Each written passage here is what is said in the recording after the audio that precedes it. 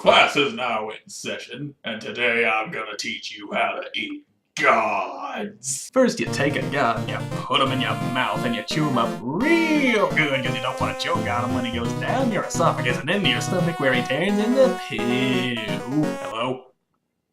What do you mean I'm doing it wrong? How do you eat gods, Frank?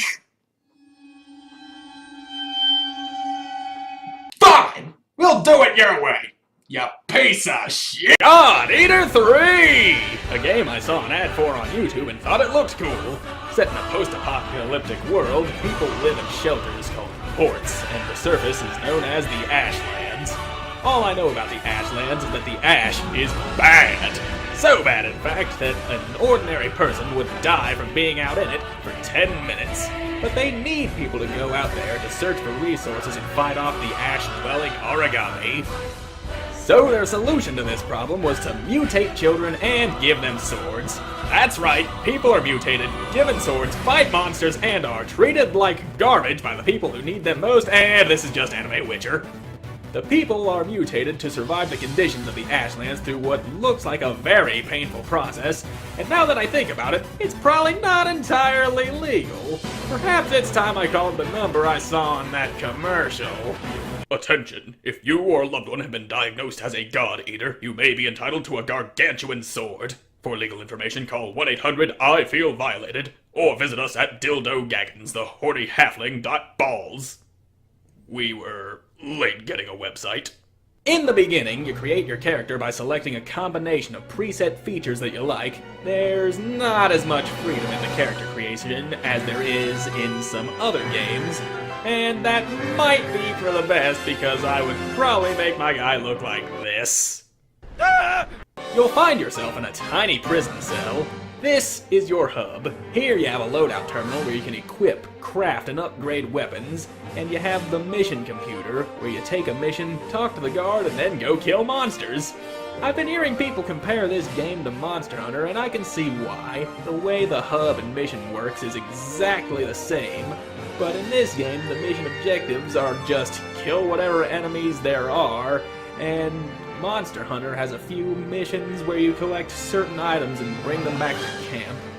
There's also a difference in the weapons you can use. You've got a short blade, long blade, buster blade, boost hammer, charge spear, variant scythe, biting edge, and heavy moon. For the most part, the melee weapons all feel the same, with the only noticeable difference being that some hit very hard but very slowly, or they don't hit hard at all but very fast. Monster Hunter, on the other hand, has a wider variety of weapons and each one feels wildly different. Your weapon can also transform into a gun, and there are 4 types of guns to choose from.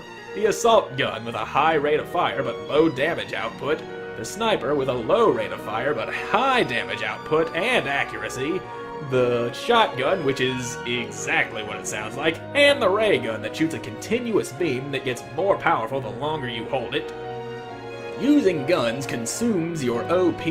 When it runs out, you can't shoot anymore, but you can restore it by switching back to your melee weapon. When in melee combat, you can use a devour attack, creating a big hungry face with your weapon that bites into enemies.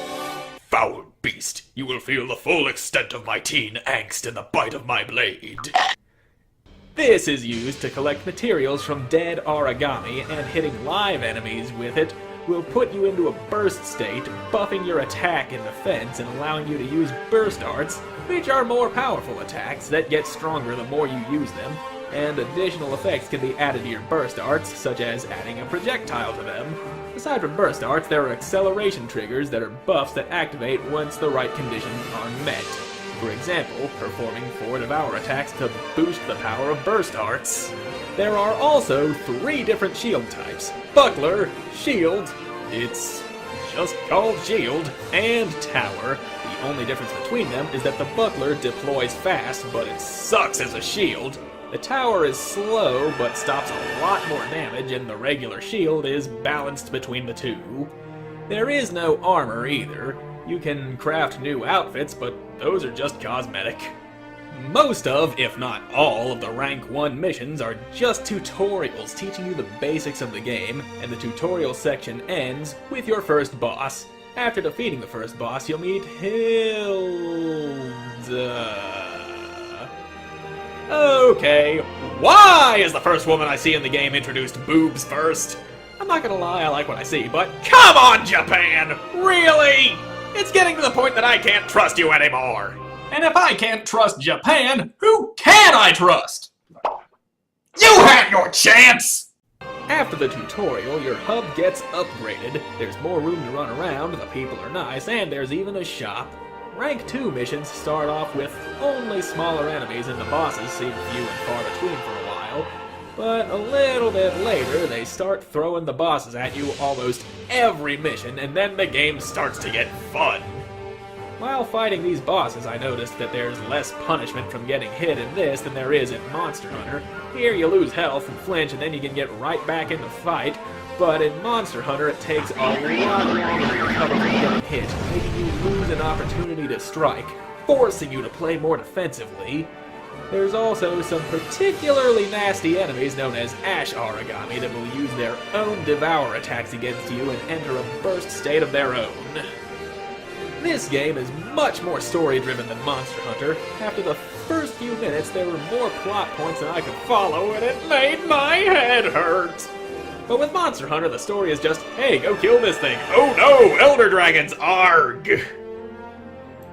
I feel that Monster Hunter is the better game. I'm not saying that God Eater is bad. I had a lot of fun playing it, and it has a much more interesting story. And there weren't any technical issues that took away from my experience with the game. Unless you count the one time it glitched on me and I was just a floating head with a cape. Using guns conserves. There's also difference in. There is also difference. Set in a post-apocalypse. God damn it. There's not much as that. Well, would you believe that English is my first language?